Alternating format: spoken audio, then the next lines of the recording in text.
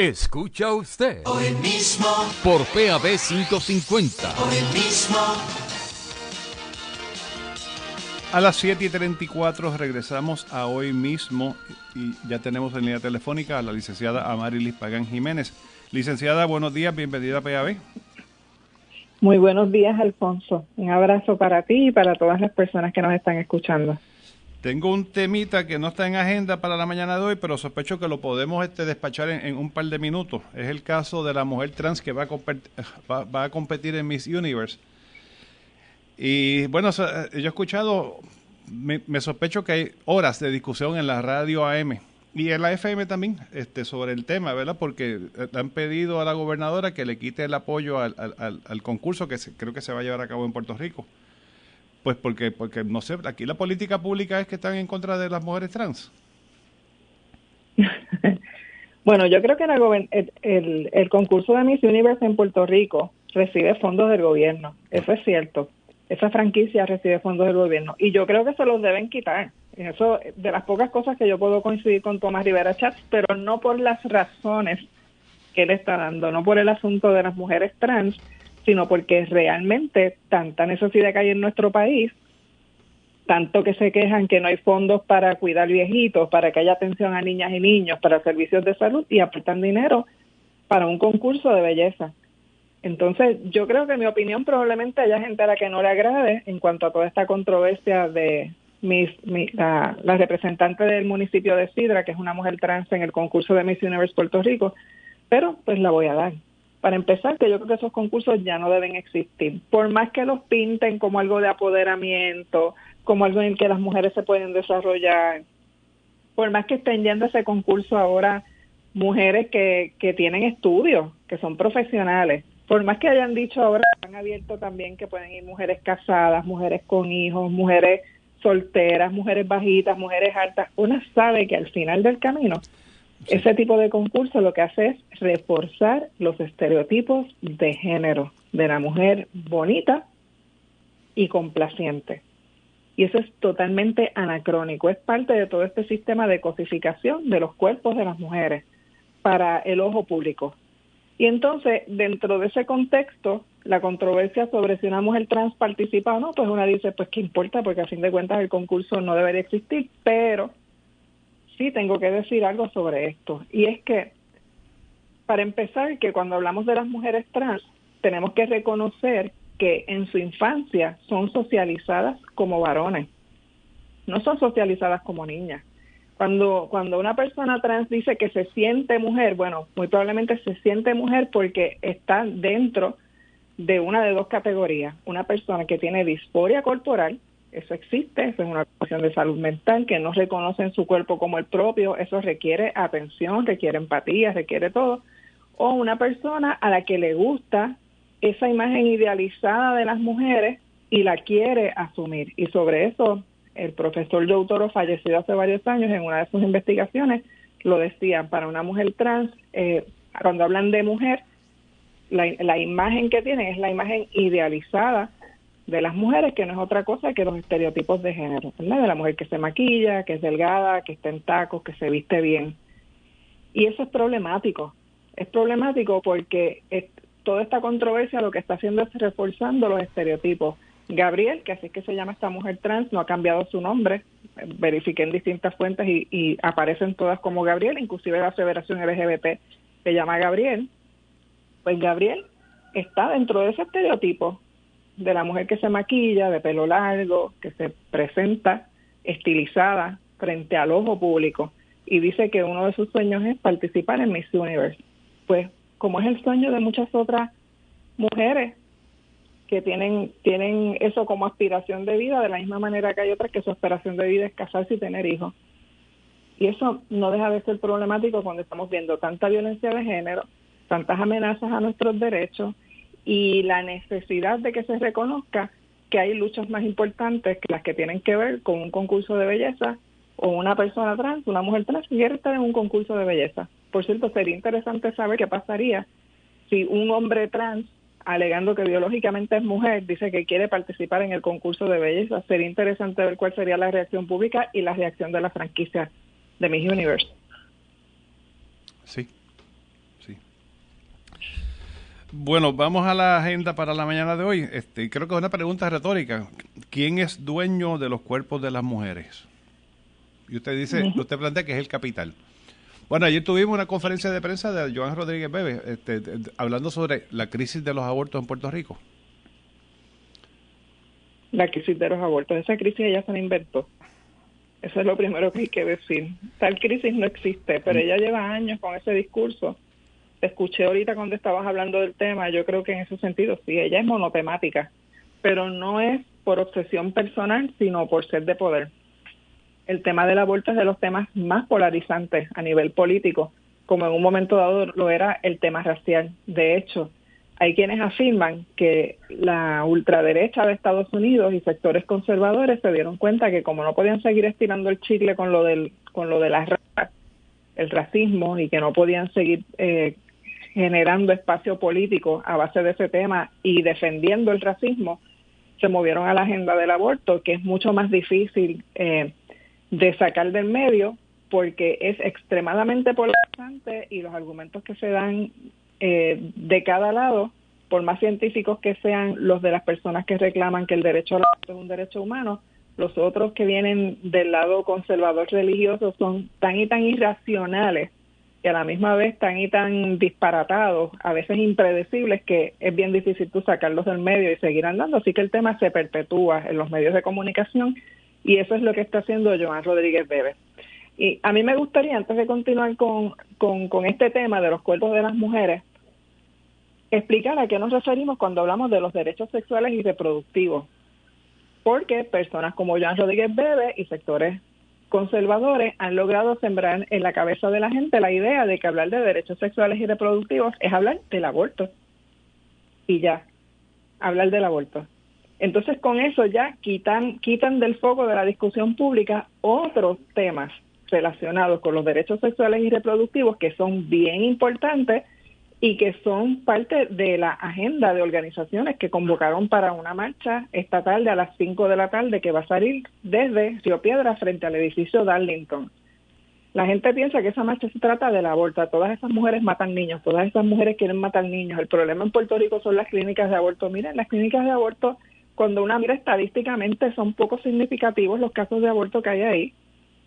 Lo que pasa es que Rodríguez Bebe presenta el número y lo acompaña de expresiones diciendo que son escandalosos, y quien no tiene capacidad de análisis, quien no puede ver eso dentro del contexto estadístico del resto de los casos que hay en Puerto Rico de embarazos, de partos, etcétera, quien no puede ver las razones por las que las mujeres pueden ir a una clínica de aborto, pues dicen que es exorbitante. Pues miren, no es exorbitante, no es un tema que amerite más de 2 minutos de discusión pública, pero ella nos está obligando a hablar de eso.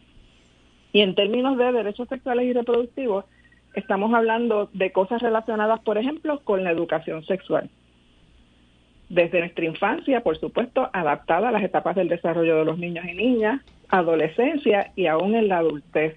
¿Por qué? Porque la educación sexual es la que permite que se prevengan casos de abuso sexual infantil, que se prevengan casos de agresión sexual, y es la que sienta las bases para relaciones sexoafectivas saludables de esas niñas y niños cuando sean personas adultas. Acompañada de la educación sexual tienen que venir el acceso a los métodos de prevención de embarazo. En Puerto Rico hay gente que todavía piensa que se puede prevenir un embarazo con cosas que son como de folclore, ¿verdad? Que si brinca después de que tengas la relación sexual. Ese tipo de cosas, mira, todavía hay gente que se lo cree porque no hay educación sexual y porque no hay acceso a métodos anticonceptivos. Vaya usted a buscar una pastilla anticonceptiva en el medio de un pueblo de la isla a ver cómo está.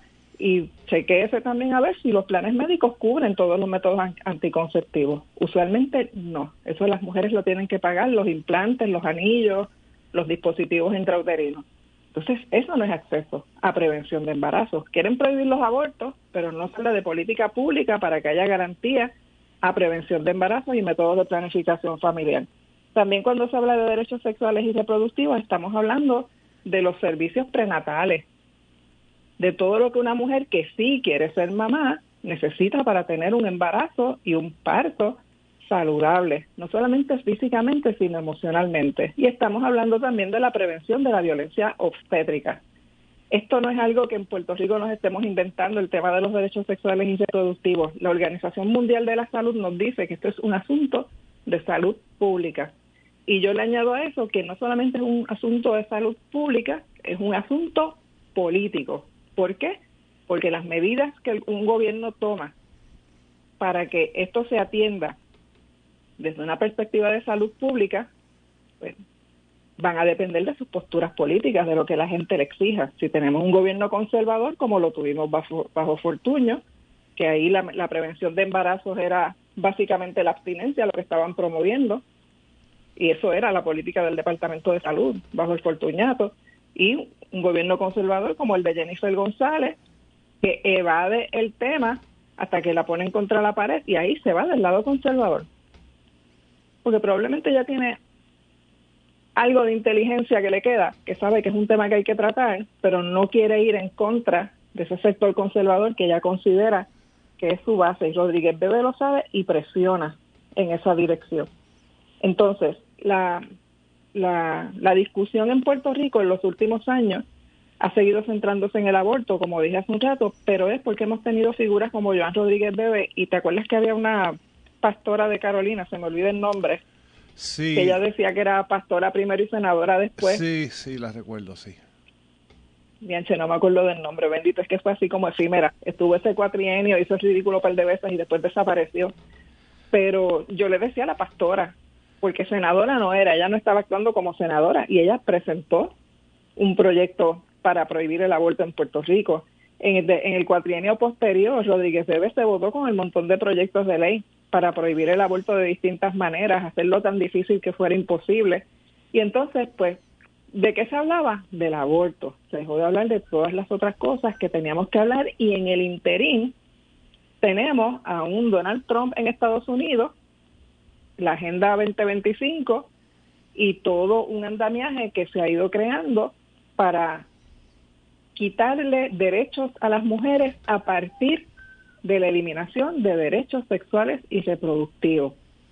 ¿Por qué? Porque las mujeres incomodan y porque dentro de la estructura económica en la que vivimos, a mucha gente le conviene que las mujeres estén en las casas criando niños. Hay cálculos que se han hecho sobre lo que aportan a la economía mundial las mujeres que son cuidadoras, las famosas amas de casa que todo el mundo menosprecia porque piensan que no producen. Pues resulta que el trabajo de todas las mujeres en el planeta que están en sus casas cuidando, apoyando a la familia, cerciorándose que todo esté bien, que esos niños lleguen a la adultez, son billones y billones de dólares que se aportan a la economía mundial. Si las mujeres un día desaparecieran, hicieran huelga, pararan, la economía se cae. Entonces, eso es algo que no se reconoce desde una visión capitalista, porque si tú no produces en dólares y centavos, no tienes valor. No se reconoce abiertamente, pero a la misma vez, esa maquinaria que mueve la economía sabe que las necesitan donde están. Y la mejor manera de tenerlas ahí es quitándole derechos sexuales y reproductivos y quitándole el poder sobre sus cuerpos. Cuando hablamos de las mujeres que dicen mi cuerpo, mi decisión, mi cuerpo es mío, en mi cuerpo mando yo, esto no se trata solamente del derecho al aborto.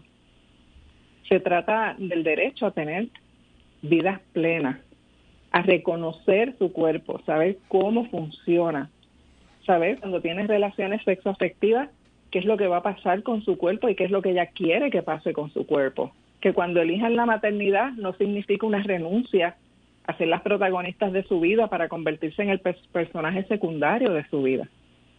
Y por eso esta discusión es tan compleja y no podemos permitir que personas como Joan Rodríguez Bebe la secuestre la discusión y la lleve al campo del aborto y las supuestas irregularidades en las clínicas de aborto, que sabemos que es otro invento de ella. Se lo inventó cuando quería regular el acceso de menores de edad a las clínicas de aborto. Ahora se lo está inventando con esto. Y ella tiene esa tendencia así facha, que le viene parece que por herencia, porque en su familia había fachas también. Y desde esa visión conservadora, con tendencia a perseguir la disidencia, pues lo que hay que mirar es su historial. Cuando ella resultó electa por primera vez, no había juramentado y ella estaba diciendo que había que investigar a Proyecto Matria. En su primer cuatrienio presentó resolución para investigar los albergues y las organizaciones de mujeres, porque le gusta perseguir. Cuando se creó el Comité PARE, empezó a enviar correspondencia a Fortaleza, exigiendo información y amenazando con investigaciones. Entonces, esa es la persona que está en este momento secuestrando la discusión pública sobre los derechos sexuales y reproductivos de las mujeres. Y mi pregunta es si aquí la gente, por prejuicios personales y porque solamente están viendo el tema del aborto, van a permitir que eso ocurra y no se van a preocupar con lo que va a pasar con ellas mismas si son mujeres, con sus hijas, con sus hermanas, con sus madres, porque los derechos sexuales y reproductivos nos acompañan hasta el momento de nuestra muerte. No se trata solamente de mujeres que estén en los años de fecundidad, se trata de las niñas y se trata de las viejas también. ¿Está falta de atención la senadora? Ella aspira a ser, quiere ser influencer. Bueno, lamentablemente ella ya es influencer, tiene hasta una aplicación. Y digo lamentablemente porque personas como Jay Fonseca y otros espacios de medios de comunicación, como una radio que hay por ahí súper conservadora, que están monotemáticos con estas cosas también, le dieron el espacio suficiente para que ella creara una base de seguidores bastante amplia.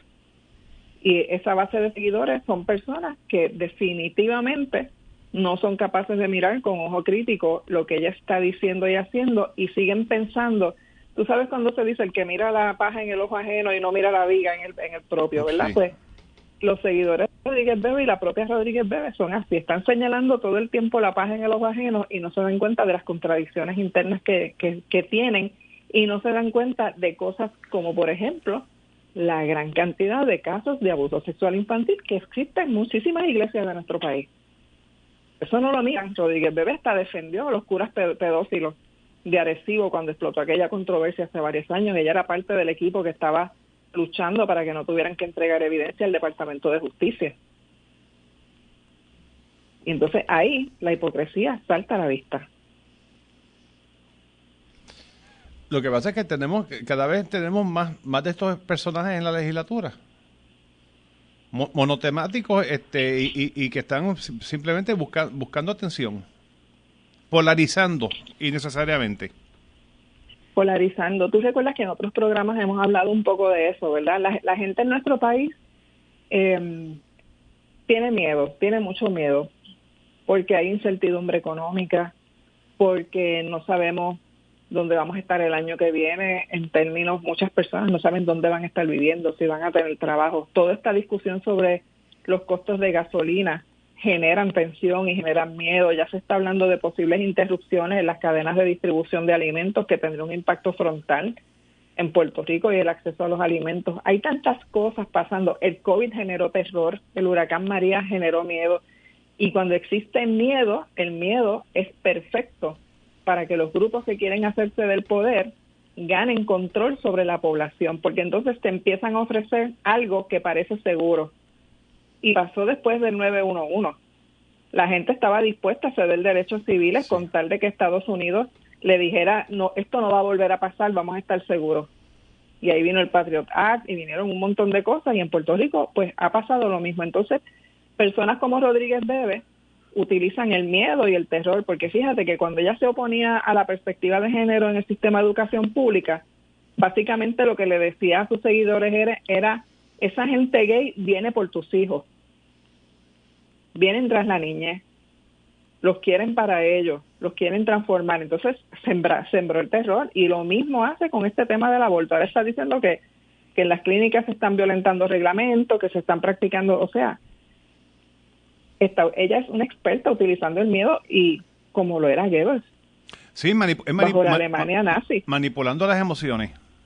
Se manipulan las emociones. Entonces, en la medida que la gente no se educa sobre los temas y no hace un ejercicio racional de separar ese miedo que siente, que el miedo es una emoción, está bien, la podemos sentir, pero racionalmente tú puedes mirar frontalmente eso que te provoca miedo, y si lo miras bien y buscas las opciones, puedes poner a un lado el miedo, te puedes dar cuenta si te están manipulando. Pero la gente vive también en una prisa Está la gente por ahí que yo digo que están con los bachilleratos, maestrías y doctorados en la Meme University, que lo que hacen es leer las redes sociales y no leen fuentes de información alterna, no buscan medios de comunicación con información fidedigna, se dejan llevar por lo que dicen las redes. Pues las redes influyen en tus emociones y en tus pensamientos. Y eso, Rodríguez Bebe, Tomás Rivera Chatz, la propia Jennifer González, lo saben y lo utilizan muy bien. Y como no tienen un marco ético que le ponga por lo menos una frontera a lo que van a hacer, hacen lo que les da la gana. En eso siempre los conservadores perversos nos llevan la ventaja a la gente que somos más liberal y que defendemos los derechos humanos, porque una tiene unos marcos éticos donde una dice, esto yo no lo puedo hacer aunque me convenga. A ellos eso no les importa, eso no les frena. Sí, esta mañana cuando estaba pensando en cómo mover esta discusión, me recordé que trabajando en el Comité Nacional Demócrata, me comentaron, era un compañero de trabajo, yo no trabajaba directamente con él, me decía, él se viste de mujer. Y yo lo miré a la persona que me hizo el comentario y le dije como que, ay, ¿qué cuento chino? Me dice, ¿tú te acuerdas el sábado que estábamos en la barra tal? Estaba sentado al lado tuyo, vestido de mujer. Pues, de momento lo tomé como chiste, pero después yo dije, pero pues, no me dio miedo. Quizás en otro momento antes de mi vida me hubiera dado temor, ¿verdad? De que tener un hombre vestido de mujer al lado de uno, pero yo ni me percaté y pues no sé, es que a veces es más difícil desaprender que aprender. Sí, bueno, y el miedo es una emoción, ¿cómo te digo? De las emociones más fuertes en los seres humanos. Acuérdate que hasta tenemos este asunto de la amígdala, que es lo que nos hace cuando detectamos algo que es peligroso, correr o atacar. Eso suena primitivo, pero las personas en el siglo XXI todavía tenemos esa tendencia, que la hemos controlado, que hay personas que la manejan, sí, pero el común de la gente está pendiente en comer, beber, en tener sexo, aunque el sector conservador no lo quiera admitir, pero por eso hay tantos escándalos sexuales también con ese sector, y en evitar ser atacados, ¿verdad? Entonces, no les gusta que les saquen de sus zonas cómodas o de lo que consideran que ya tienen bajo su control. Y entonces en política eso se utiliza. Y nuevamente este tema de los derechos sexuales y reproductivos, que es un tema amplísimo, que sí toca las vidas de todas y de todos nosotros, es un tema que amerita mirarse con calma y más allá de los prejuicios de que se siembran desde ese sector conservador y más allá de las ideas religiosas, porque la Biblia no es un tratado científico, el Corán no es un tratado científico, ninguna religión está basada en la ciencia, está basada en creencias. Hay religiones que yo considero mitología, punto. Según estaban los griegos, bueno, ¿qué hacían los griegos y los romanos con todos esos dioses? Que había depravación, había violaciones, había de todo, y aún así le tenían templos, ¿verdad? Y tenían toda la cosa. Los indígenas en América, a cuenta de las religiones, sacrificios, todo ese tipo de cosas, los egipcios. Bueno, pues lo espiritual es importante, sí, pero no es ciencia.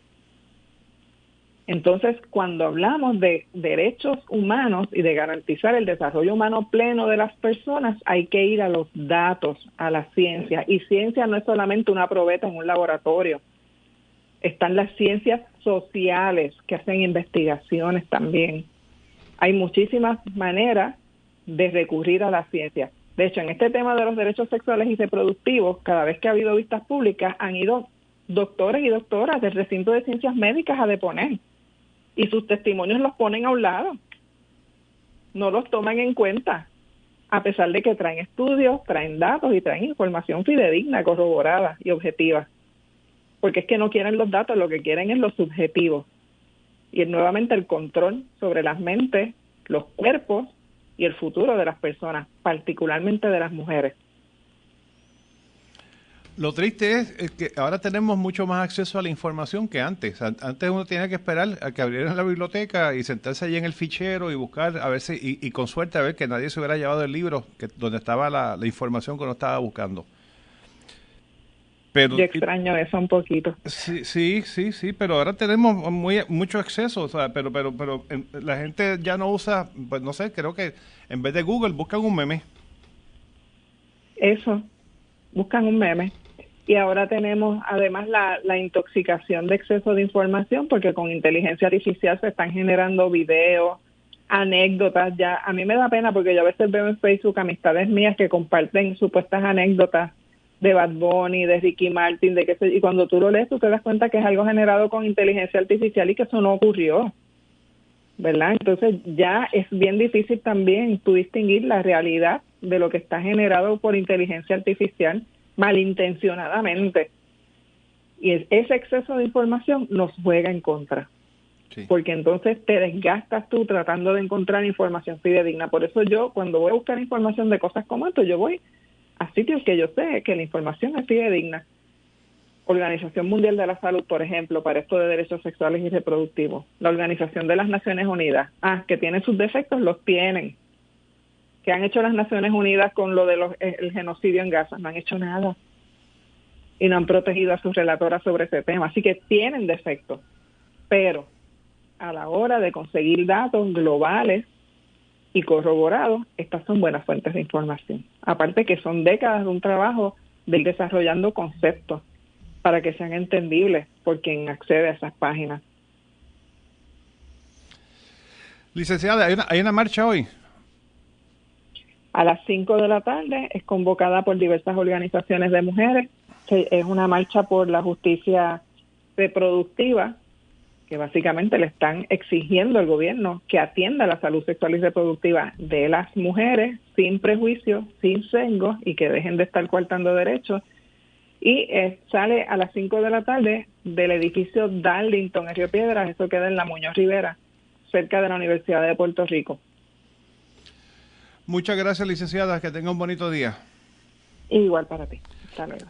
Escuchaban a la licenciada Amarilis Pagan Jiménez en el acostumbrado diálogo de los jueves. Vamos a la pausa, vamos a identificar la emisora.